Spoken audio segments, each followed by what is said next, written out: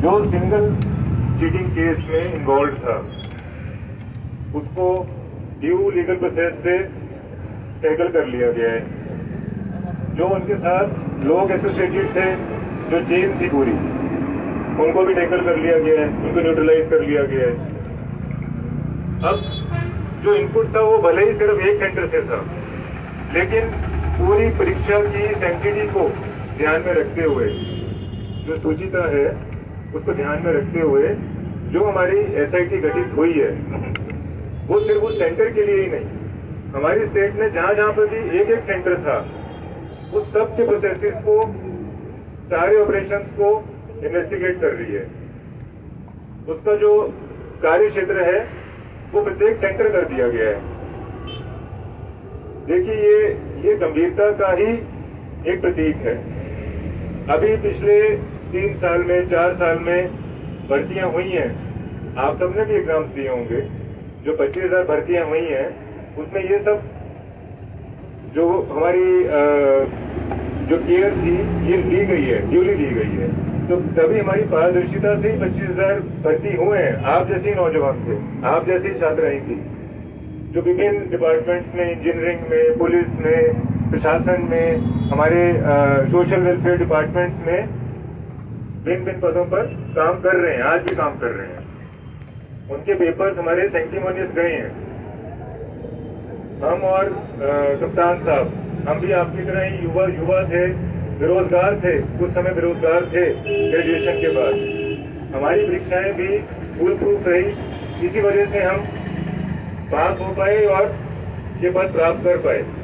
जैसा आपको अभी प्रभात जी ने बताया कि आप भी इसी तरह की परीक्षाओं से कल को सफल होंगे। लेकिन आज का जो आपका कंसर्न है, मैं उसमें आपसे कुछ चीजें शेयर करना चाह रहा हूं। ये पहले तो लीग का मैटर नहीं कह सकते, ये चीटिंग का मैटर है। चीटिंग को हमने ड्यूली टैकल कर लिया है और ये प्रोसेस खत्म नहीं हुआ है। ये ताकि हमारा स्टेट वाइड रहे, पब्लिक डोमेन में ओपन रहे, इसके लिए पहले तो एसआईटी गठित कर दी गई है। हर एक सेंटर में जाकर वो इन्वेस्टिगेट करेगी और ये ओपन है। इसके लिए सुपरवाइजन के लिए एक रिटायर्ड हाईकोर्ट जज को नामित किया गया है, जिनकी देखरेख में ये एसआईटी काम करेगी और वो सिर्फ क्लोज डोर्स में बैठकर अपनी जांच को अंजाम नहीं देंगे। प्रत्येक जिले में जाएंगे, ओपन टू ऑल होगा वो फोरम। सिर्फ छात्र संघ ही नहीं, कोई पब्लिक के और भी कोई हमारे मेंबर्स हैं, कोई एनजीओज हैं, कोई सिविल सोसाइटी ऑर्गेनाइजेशंस हैं, उनके पास किसी भी तरह का इनपुट है, किसी भी तरह का कोई भी साक्ष्य एविडेंस है, वो लाकर वहां पर मीडिया के सामने उस कमेटी को दे सकते हैं और उसका ड्यू संज्ञान हमारी जांच में लिया जाएगा। जो हमारा शेड्यूल रहेगा, जो हाईकोर्ट जज की अध्यक्षता में ये एसआईटी की हमारी समिति गठित हुई है, इसका जो शेड्यूल रहेगा भ्रमण का प्रत्येक जिले में, वो ड्यूली पब्लिसाइज किया जाएगा विद स्थान, डेट एंड टाइम। और 1 महीने का इसका समय दिया गया है कि ये अपनी जांच रिपोर्ट प्रस्तुत करेंगे, वो भी पब्लिक डोमेन में होगी। जांच रिपोर्ट आने के बाद भी यदि छात्र संघ, हमारे किसी भी एक व्यक्तिगत छात्र छात्रा को ये लगता है कि क्रेडिबिलिटी नहीं है जांच रिपोर्ट की, उसके बाद भी आप लोग स्वतंत्र हैं अपना प्रोटेस्ट सबमिट करने के लिए, अपना प्रोटेस्ट रजिस्टर करने के लिए। आप स्वतंत्र हैं। लेकिन आप भी कंट्री के सिटीजन हैं, आप भी डेमोक्रेटिक फोरम में सब्सिस्ट करते हैं, तो जो हमारे राइट्स हैं और ड्यूटीज हैं वो साथ साथ चलती हैं। फंडामेंटल राइट्स और फंडामेंटल ड्यूटीज दोनों का निर्वहन करना चाहिए। आपके राइट्स से हम बिल्कुल एम्पैथी करते हैं, बिल्कुल एम्पैथाइज करते हैं, लेकिन जो ड्यूटीज हैं उसका भी निर्वहन हम भी करते हैं, आपको भी करना चाहिए। यदि हम तो आपको आज भी रिक्वेस्ट कर रहे हैं कि किसी के पास इसके अलावा और भी कोई इनपुट है, वो भी आप मीडिया में उजागर करें, पुलिस को दें, एसआईटी को दें, आप स्वतंत्र हैं। लेकिन और कोई इनपुट है तो आप दीजिए। प्रशासन, राज्य सरकार बिल्कुल शाही नहीं कर रही है, बिल्कुल पीछे नहीं हट रही है किसी भी इनपुट पे जांच करवाने के लिए। कोई भी राज्य सरकार, कोई भी जिला प्रशासन ये नहीं चाहता कि हमारा यूथ का करियर डैमेज हो। आप लोग बहुत से हमारे छात्र छात्राएं हमारी political science, public administration, humanities के जितनी भी हमारी ब्रांचेज हैं उनका अध्ययन करते होंगे, तो आपको डेमोग्राफिक डिविडेंड की टर्म पता होगी, डेमोग्राफिक कैपिटल की टर्म पता होगी। डेमोग्राफी क्या होती है? हमारी कंट्री का जो कंपैरेटिव एडवांटेज है वो डेमोग्राफी है, डेमोग्राफिक डिविडेंड। हमारा जो यूथ है, जो हमारा डेमोग्राफिक रेशियो है वो बीच में बल्जिंग है। क्या मतलब है उसका? कि जो हमारी यूथ पॉपुलेशन है वो 50% से ज्यादा है। तो अगर हम यूथ के करियर के साथ खिलवाड़ करेंगे तो ना तो कोई पब्लिक आगे प्रोग्रेस कर सकती है, ना कोई राज्य सरकार सस्टेन कर सकती है। तो ये बहुत गंभीर है कि यूथ के सभी इंटरेस्ट का, करियर का, उनकी एजुकेशन का, उनकी हेल्थ का और उनके सेंटिमेंट्स का, सबसे ज्यादा महत्वपूर्ण है सेंटिमेंट्स। अगर आपके सेंटिमेंट्स पॉजिटिव नहीं है, आपको कहीं पे डाउट हो गया है, किसी सिस्टम की सुचिता पे डाउट हो गया है, तो फिर सब चीज बेकार है। तो इन तीनों चीजों को बरकरार रखने के लिए हर एक राज्य सरकार, ना सिर्फ उत्तराखंड सरकार, ना सिर्फ जिला प्रशासन देहरादून और हरिद्वार, हर एक राज्य सरकार, केंद्रीय सरकार का यही लक्ष्य रहता है कि हमको अपने यूथ को हर संभव सुविधा देनी है, हर प्रोसेस को फेयर और ट्रांसपेरेंट रखना है। इसीलिए नकल विरोधी कानून भी लाया गया। आप ये देख लीजिए कि किस राज्य में आज नकल विरोधी कानून है। अदर देन बीएनएस, बीएनएसएस के अलावा स्पेशल नकल विरोधी कानून लाने वाली गवर्नमेंट भी उत्तराखंड गवर्नमेंट ही है, जिसमें लाइफ इम्प्रिजनमेंट तक पनिशमेंट के प्रावधान है। और उसको अब आगे एम्प्लॉय भी किया जाएगा। जैसे जैसे कोई भी केस आएगा तो उसके जो डेटरेंट क्लॉजेज है उसको एम्प्लॉय भी किया जाएगा।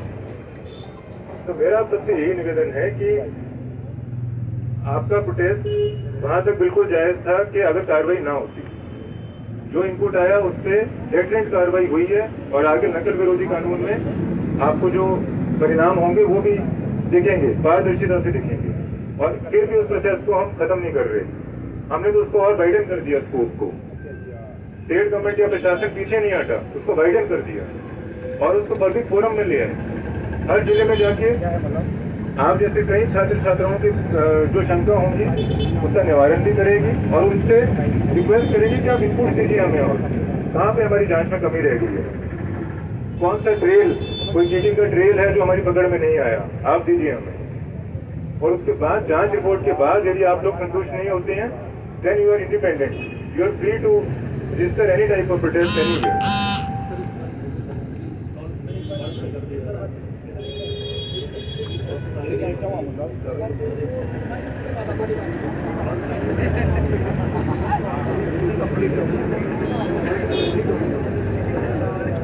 और ये भी मैं आपसे शेयर करना चाहूंगा कि जो हमारी परीक्षा की जो प्रोसेस थी, इस परीक्षा की, उसको अभी हमने कुछ देर तक स्टॉल भी किया है ताकि सबको कॉन्फिडेंस बिल्डिंग रहे, कॉन्फिडेंस बिल्डिंग मेजर इसको अपनाते हुए, ताकि आप सब इस मेजर से अलाइन रहें कि इस प्रोसेस में आगे नहीं बढ़ रहे हैं।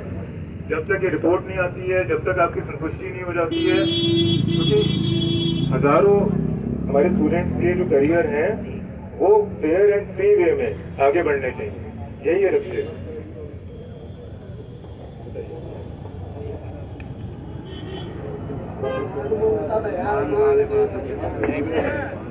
आपने जिलाधिकारी देहरादून को सुना, तो सवाल हमारे भी है, पर मैं आपसे भी पूछना चाहूंगा कि आप संतुष्ट हैं इस चीज से? देखिए, हमने बड़ी हमने अब विनम्रतापूर्वक शिक्षित होने का परिचय दीजिए, हमें वो चीज करने की जरूरत नहीं है। देखिए, लड़ेंगे यार, ऐसा थोड़ी है, लोकतंत्र है, लड़ेंगे। यहाँ बात नहीं सुनी गई तो दिल्ली जाएंगे, दिल्ली लड़ेंगे, ऐसा नहीं है।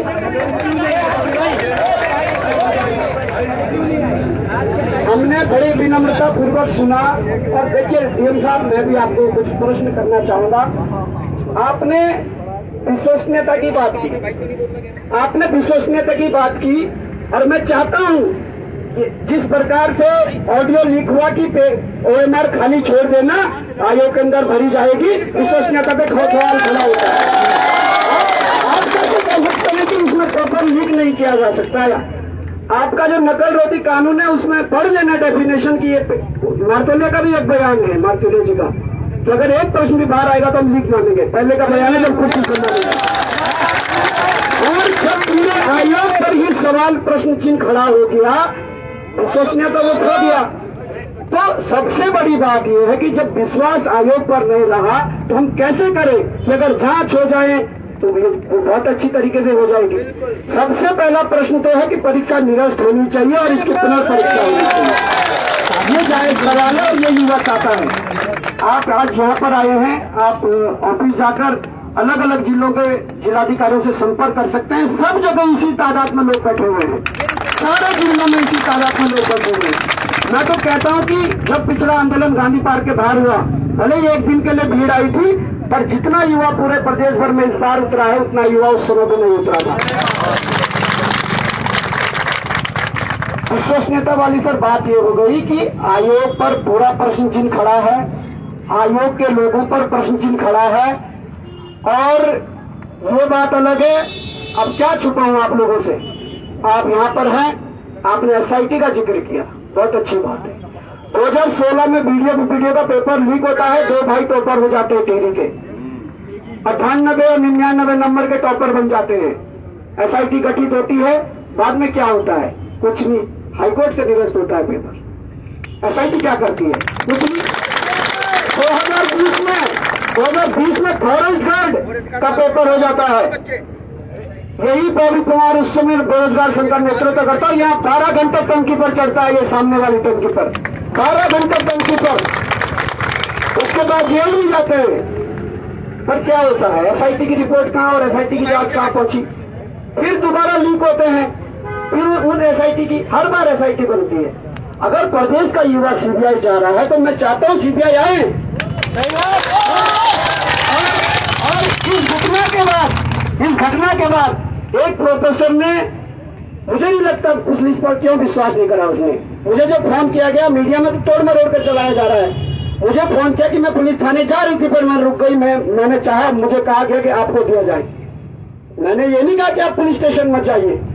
वो खुद अगर उनका ये विवेक था, उसके बाद तोड़ मरोड़ कर अगर ये चलाया जा रहा तो क्यों? क्योंकि सिस्टम के प्रति विश्वास नहीं रहा, इसलिए उन्होंने यहाँ भेजा। और दूसरी बात, आप मेरा फोन ले लीजिए, पोस्ट डालने से पहले मार्तोलिया जी को कॉल किया गया, आज भी स्क्रीनशॉट रखे हुए हैं और पूरा आपको जितना चेक करना आप कर लीजिए। पोस्ट डालने से पहले मार्तोलिया जी को फोन किया गया। वो बात अलग है कि मार्तोलिया जी ने उस समय फोन नहीं उठाया और पोस्ट डालने के 10 से 12 मिनट बाद मार्तोलिया जी का फोन वापस आया। आप चाह रहे तो दोनों फोनों की आप जितनी चेकिंग आप कर सकते हैं एस्केप हो जाए। लेकिन ऐसा नहीं है कि फिर इस घटना के बाद क्या होता है, एक र्यूमर्स कि बॉबी कुमार पर शिकंजा कसा जाएगा। मैं कहता हूं कसे, ये बहुत अच्छा अवसर है, ये बहुत अच्छा अवसर है दिल्ली से CBI को देहरादून लाने का और बॉबी कुमार से शुरुआत की जाए। मैं कह रहा हूं बॉबी कुमार से शुरुआत की जाए। पर जब उत्तराखंड का युवा CBI चाह रहा तो CBI आनी चाहिए, आनी चाहिए। क्योंकि सर बार बार हम ऐसी घटना नहीं देख सकते। मैं अपनी बात कर रहा हूँ, मेरा 2014 में इंटर हुआ। मैं कोई ऐसा नहीं हूँ कि कोई बहुत 14 में इंटर हुआ। इन लोगों की पारदर्शी सिस्टम जो चलाते हैं, हम लोगों ने 2-3 साल, मैं बता रहा हूँ, मैं मालदेवता कल परसों बाढ़ में गया। मालदेवता आज तक नहीं जा रखा था घूमने, जब बाढ़ आई तब वहां गया। मैं FRI में अंदर नहीं जा रखा हूँ, मैं कुछ पानी नहीं जा रखा हूँ भाई साहब। जब तक 3, 3.5 साल तक जब तक तैयारी की ना, तब तक रूम से कोचिंग और कोचिंग से रूम, कुछ नहीं। और जब हमें ये दिक्कत हुई, और क्योंकि हाकिम सिंह हमारे आसपास का था, हमें पहले पता लगा क्या है। हमें पहले पता लगा कि किस JCB चलाने वाला का सिलेक्शन उसने करवाया। हमें पहले पता लगा किस ट्रक चलाने वाले का सिलेक्शन उसने कराया, तब हम आगे आए। यार तो उन्होंने हमारा भविष्य देख दिया। और मैं चाहता हूं, अरे आप सबकी भी रिस्पेक्ट है, इन सबकी भी रिस्पेक्ट होनी चाहिए। अभी लोकतांत्रिक व्यवस्था में भारत के नागरिक हैं और सबका सम्मान होना चाहिए। क्योंकि कल इन्हीं में से कोई DM है, कोई PM है, कोई CM है, ये बात जायज है। पर मैं ये कहना चाहता हूं कि सर सबसे पहला जो प्रश्न है वो ये है कि आयोग की विश्वसनीयता पर प्रश्न चिन्ह अगर खड़ा हुआ है तो मैं चाहता हूं कि आप भी गाइड करिए उस चीज को और आप भी अपने आप बोलिए इसके बाद। और क्योंकि आयोग की विश्वसनीयता पर अगर प्रश्न खड़ा हुआ है, आप कितनी भी फ्लोर जांच कर ले, जिस बच्चे का नहीं होगा या मेरिट थोड़ा ऊपर नीचे हो गई, बच्चों के दिल में ये मलाल हमेशा रहेगा कि जांच सही से नहीं हुई और इसमें पेपर। तो ये जो सारी चीजें हैं, आप आज काम कर दीजिए, बच्चे घर चले जाएंगे, पढ़ने वाले बच्चे हैं, ये पढ़ने वाले बच्चे हैं, इनको नहीं है कि भाई आप इस प्रकार से वो करें, ये अवसर मांग रहे हैं बेचारे। ठीक है, गलत हुआ तो एक बार दे दीजिए अवसर, क्या दिक्कत है। सीबीआई के लिए आप लोग भी प्रयास करें, हम लोग भी प्रयास करते हैं, और माननीय उच्च न्यायालय नैनीताल में रिट डालनी पड़े उस माध्यम से भी प्रयास करेंगे। दिल्ली जाकर अगर इनके प्रधानमंत्री और गृह मंत्री तक से मिलना पड़ेगा, हम मिलेंगे। और बात यह कि प्रयास को सब करें, दोनों तरफ से प्रयास होना चाहिए। हमारा मकसद ऐसा नहीं है कि युवाओं को भड़बड़ा करके तमाम प्रकार की चीजें, पर जो सच्चाई है सामने आनी चाहिए। हमने दुख झेला है, हम अगर यहाँ खड़े हैं तो उसके पीछे सबसे बड़ा कारण है कि मैंने बोला ना, जब 3-4 साल तक तैयारी की तो हमने कहीं कमरे से बाहर तक पैर नहीं रखा। संसार में सबसे ज्यादा त्योहार होते हैं, साल में एक बार घर जाते थे, शादियां छोड़ दी, रिश्तेदारों की, घर वालों की तक शादियां छोड़ी। पर भाई हमें ठेस पहुंची है ना, किस प्रकार से चीजें हुई है। तो ये प्रश्न है, मुझे लगता है कि इन्होंने भी कुछ नोट किया है, ये भी, और आप अगर बोलना चाहेंगे तो उसके पहले या उसके बाद, ठीक है। क्योंकि ऐसा नहीं, आप भाई हैं, आपका सबका स्वागत है, और बड़ा मतलब ये है कि सबका रिस्पेक्ट यहाँ पर। मैं ये मानता हूँ सर, और I always respected in this way. पहली बार ऐसा हुआ है कि किसी नेता ने आपको कुछ बोला है, इसका मतलब आप साफ हैं और अच्छे हैं। एक ऑफिसर हमारे बीच में ऐसे हैं जो जिले का भला चाह रहे हैं, भले ही नेता कुछ भी करें, जिन पे करोड़ों की अपनी संपत्ति की जांच चल रही है। लेकिन बात तो पॉइंट सर, एक महिला जो आपको लीड दे रही है सर, उसके खिलाफ हमने FIR कर दी, एक बड़ा प्रश्न है। दूसरी बात, कल मैं कहीं देख रहा था, उसको निष्कासित करने की भी बात चल रही थी, which is not good again. आप होता कुछ उसमें चल रहा हो। दूसरा, कई जगह से कैमरा हिडन है, जो बताया जा रहा है कि उस पर पन्नियां लगी हुई हैं और पेपर लगे हुए हैं, उनमें जांच। तो एक बहुत बड़ी बात है जो आपने भी बोली कि आप हमें लीड दो तो हम उस पर काम करेंगे। मुझे ये समझ नहीं आता, जब पिछली बार 22-23 में ये प्रकरण हुआ था और बॉबी और सब लोग थे जो हमेशा लीड देते रहे, तो व्हाट इज पुलिस डूइंग? ये बड़ा प्रश्न है sir. What is SIT doing? Why do you want lead from us? हम इन स्कूल में, जो स्कूल में आप बात कर रहे हैं कि हमने वहां पे अधिकारी को निलंबित कर दिया, ये तमाम चीजें कर दी, वो स्कूल के जो प्रबंधक हैं, जो परीक्षा कंट्रोलर हैं, उन पे क्यों नहीं कार्रवाई? क्या वो भाजपा के मीडिया प्रभारी हैं इसलिए उन पे कार्रवाई नहीं हुई सर? दूसरा, ये जांच जब सब इसका भी कोई कारण हो सकता है वैसे, पर एक बड़ा प्रश्न था, जब SOG इसकी हरिद्वार में घटित थी, पेपर लीक हरिद्वार में हुआ है, तमाम चीजें हरिद्वार में हुई है, तो ये पूरा मुद्दा उठ के देहरादून पुलिस के पास कैसे आता है, ये भी बड़ा प्रश्न। दूसरा सर, एक बच्ची यहाँ पे कल बोलती है, भाजपा कहती है कि हमारा भगवा झंडा है, भाजपा कहती है। वो बच्ची ने बोला कि अगर मैं इस संविधान के अंतर्गत मैं वो झंडे को भेज के मैं भारत का झंडा पकड़ना चाहूंगी। आज कहीं न कहीं उस बच्ची को सुरक्षा की आवश्यकता है, वो हमारी बहन है, और उसको तमाम तरीके से ये अलग अलग इनके छुट रही है, वो करने की कोशिश हो सकता है सर, कहीं आपके पास एक एप्लीकेशन उसके खिलाफ FIR के लिए भी आएगी। तो मैं चाहता हूँ उससे पहले उस बच्ची को प्रोटेक्शन दिया जाए, और जो ऐसे फेक उसको गालियां दे रहे हैं अलग अलग कमेंट्स में, उन पर कार्रवाई की जाए। ये हमारा बड़ा मुद्दा है। और बच्ची कैमरा, अच्छा दूसरा सर CBI बड़ा मस्ट है कि वाई नॉट CBI, मतलब SIT अंकिता प्रकरण में भी SIT हुआ है सर। जो अभी कशिश प्रकरण हुआ उसमें भी पुलिस ने इन्वेस्टिगेशन करी, और सुप्रीम कोर्ट से अगर आज वो अपराधी बरी हुआ है तो उसका कारण यही है कि पुलिस अपना काम पूरा से नहीं कर पाई, वेपन डिडंट फाइंड आउट, तो उसके बाद आज वो जिसने किया वो बाहर हो गया। तो अगर CBI है तो CBI है।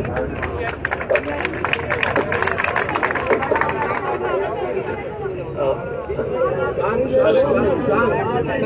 मिनट बस आपका और लूंगा।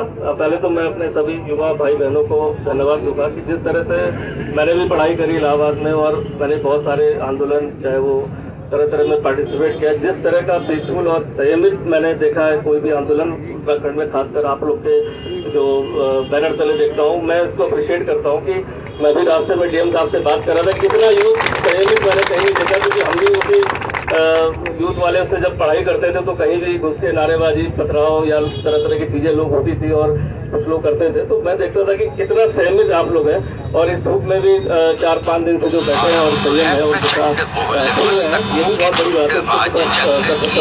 धन्यवाद दूंगा आप लोग को और आपके सभी लीडर्स को भी दूंगा कि जो इतना आप लोग से जो संवाद है, इतना कंट्रोल है, जैसे कहा कहते ही आप लोग शांत रहे, नहीं तो कहीं और जाकर यूथ को एड्रेस करना बहुत भारी काम होता है, खासकर किसी प्रशासनिक और पुलिस अधिकारी को। तो मैं आपको सही में धन्यवाद देता हूँ। एकदम जो बातें आपने कही है एकदम ठीक है। जो मैं थोड़ा सा रिवाइज करूँगा, शायद आप जानते ही हैं, जब पहली बार ये जो शिकायतें आई थी पेपर लीक की, 5-6 परीक्षाएं थी और खासकर यही स्नातक परीक्षा थी, 2021 की बात है, तो पूरी कोशिश की गई और इसमें जहां तक थे, चाहे वो उन परीक्षाओं के साथ साथ और भी जो परीक्षाएं पहले हुई थी, जो 2016 की बीपीडीओ वाली थी, जो पेंडिंग थी, बहुत सालों से पेंडिंग थी, कुछ नहीं हुआ था, और फॉरेस्ट वाली भी परीक्षा ऑनलाइन हुआ था फर्स्ट टाइम। और दूसरी बात है, आयोग के चेयरमैन जो पहले पूर्व में रहे वो भी अरेस्ट हुए, परीक्षा नियंत्रक को भी अरेस्ट किया और जो उनको नहीं किया। ऐसा नहीं कि जहाँ परीक्षा आई उसको छोड़ा गया था, काफी समय हो गया तो मेमोरी से वॉश आउट हो जाता है और 2 साल बाद जमानत से सुप्रीम कोर्ट से छोटे थे, तो एक जमानत की प्रक्रिया अलग होती है। अब दूसरा जो सवाल आपको मैं कहना चाहूंगा, हमेशा आयोग है जो इंडिपेंडेंट होता है उसके ऊपर हमेशा नजर रहती है। लास्ट टाइम भी जब आयोग से पता चला था कि कहीं न कहीं संलिप्तता किसी रूप में आई है तो सभी लोग जेल गए थे। इस बार भी, आज भी, अभी वर्तमान में अभी आप लोग हम लोग यहाँ बैठे हैं, एसआईटी की पूरी टीम आयोग में ही है और एक जो अभी बात आई थी कि कुछ पेपर को ब्लैंक छोड़ने की बात थी जो अभी वीडियो में थी और बहुत सनसनीखेज थी। अगर ऐसा है तो कहीं ना कहीं हम मानते हैं कि इसको कहीं ना कहीं कॉम्प्रोमाइज करने का प्रयास हो सकता है। तो आज आयोग के जितने भी पेपर सभी के वो लिए जा रहे हैं, जेन्युइन आरोप है कि क्या कोई ऐसे लोग छोड़ के आ रहे हैं उसमें जो 10-15 क्वेश्चन ही करके आ रहे हैं, तो उनका वैसे भी नहीं होना, तो वो जनरली फिल करके आ जाते हैं 50 तक। तो ये भी स्क्रूटनी में आज पूरी टीम गई हुई, जिसको मैंने हाईलाइट किया कि जरूर इस एंगल को देखा जाए। सेकेंड है, जैसा कि अभी एक इश्यू आया कि परीक्षा लीक हुई हरिद्वार में, या परीक्षा का जो प्रश्न पत्र आया बाहर से आया, तो इन्वेस्टिगेशन यहाँ की हो रही है। पहले के जो 8 मुकदमे लिखे गए थे 2021 में सारी परीक्षाओं के, वो सारे देहरादून के रायपुर के थाने में ही रजिस्टर्ड है। गैंगस्टर एक्ट का जो मुकदमा लिखा गया वो भी रायपुर में लिखा गया। उसके पीछे एक रहता है, जहां आयोग होता है, किसी भी चीज का आयोग या सरकारी कार्यालय होता है, तो जो उसको संचालित करता है, कोई भी घटनाक्रम प्रदेश से रिलेटेड होती है तो वो आयोग वहीं पर अपने संबंधित थाने में ही शिकायत भेजता है। वो शिकायत भी आई थी आयोग से, उसी शिकायत के आधार पर ही केस रजिस्टर्ड हुआ। ऐसा नहीं कि वो हमने वहां से कोई ट्रांसफर किया। पहले के भी 8 मुकदमे जो लिखे गए सारे जो है रायपुर थाने में लिखे गए, चूंकि कमीशन का जो है कार्य क्षेत्र का जो थाना है वो वही है, तो वो वहीं पर शिकायत भेजते। इस बार भी वहीं भेजी गई। इसके पहले जो अभी वो बात आई थी आकम सिंह वाले केस में, जिसमें आप लोगों ने काफी वर्क किया था, वो भी थाना वो क्योंकि पटेल नगर में लिखी गई थी, चूंकि वो वहां के निवासी था, तो इसलिए क्योंकि वो आयोग की तरफ से डायरेक्ट नहीं रजिस्टर करेगी। तो जो चीज आयोग से आती है वो अपने कार्य क्षेत्र में आती है। तीसरा, एकदम सही बात है कि अगर कोई आयोग या कोई भी संस्था जिस पर हमारा विश्वास टिका होता है, जहाँ सारी प्रक्रिया एग्जाम की होती है, और अगर उसकी विश्वसनीयता खत्म होगी तो डेफिनेटली परीक्षा के रिजल्ट के बाद हमेशा निराशा होती है कि कहीं ऐसा तो नहीं कि कुछ गड़बड़ हुआ। तो इसी चीज के लिए सबसे पहला जो हमने फोकस रखा है जांच का, वो आयोग से ही स्टार्ट किया। जैसे आज पूरी टीम आयोग में गई। इसके बाद 1 जनपदों में, जैसा बताया कि रिटायर्ड जज महोदय की अध्यक्षता में, देख रेख में हर जिलों में टीम जाएगी और सभी के क्वेरीज को लिया जाएगा। कुछ बातें आई थी कि कैमरे को हिडन किया गया। जहां तक मुझे पता चला कि जो स्कूलों में कैमरे लगे होते हैं उनको कहा गया था कि वो कोई वर्क नहीं करेंगे, आयोग के जो कैमरे लगते हैं वो लगाए जाएंगे। अभी ऐसा मुझे पता, मैं इसको मैं ये नहीं कह रहा हूँ, मैंने कहा कि जो इस तरह की क्वेरीज हैं, इसीलिए डेफिनेटली जब आपको हर डेट दी जाएगी, जैसे यहाँ भी एक डेट दी जाएगी, समय दिया जाएगा 4 से 5 घंटे, उसमें आप अपनी क्वेरीज रिटर्न में वर्बली नोट कराएंगे, हर डिस्ट्रिक्ट में दिया जाएगा और ये देखा भी जाएगा परीक्षण करके कि क्या इसके पीछे कोई मंशा गलत थी। ये तो परीक्षण, क्योंकि माननीय रिटायर्ड हाईकोर्ट के जस्टिस साहब आ रहे हैं, वास्ट एक्सपीरियंस है, उनकी निगरानी से तो कोई बच नहीं सकता। ना पुलिस बच सकती है, ना कोई ऐसा अपराधी बच सकता है, ना कोई कंडक्ट गलत करने वाला बच सकता है। और मुझे लगता है कि वो सुझाव भी आने वाले समय में जब आयोग की निष्कर्ष आएंगे तो फाइंडिंग में सुझाव भी आएंगे कि कहाँ कहाँ लैप्सेस होने की संभावना होती है और उसको कैसे ठीक किया जाए। तो ये 1 महीने की बात है। बाकी मैं इसमें बहुत ज्यादा नहीं बोलूंगा आप लोग से, क्योंकि बस इतना ही अप्रिशिएट करूंगा। जो क्वेरीज है कृपया करके रिटर्न में या वर्बली जब आयोग बैठता है, यहाँ पर मेंबर बैठते हैं पे, तो आप अध्यक्ष जी बैठते हैं तो आप जरूर उनको कराएं।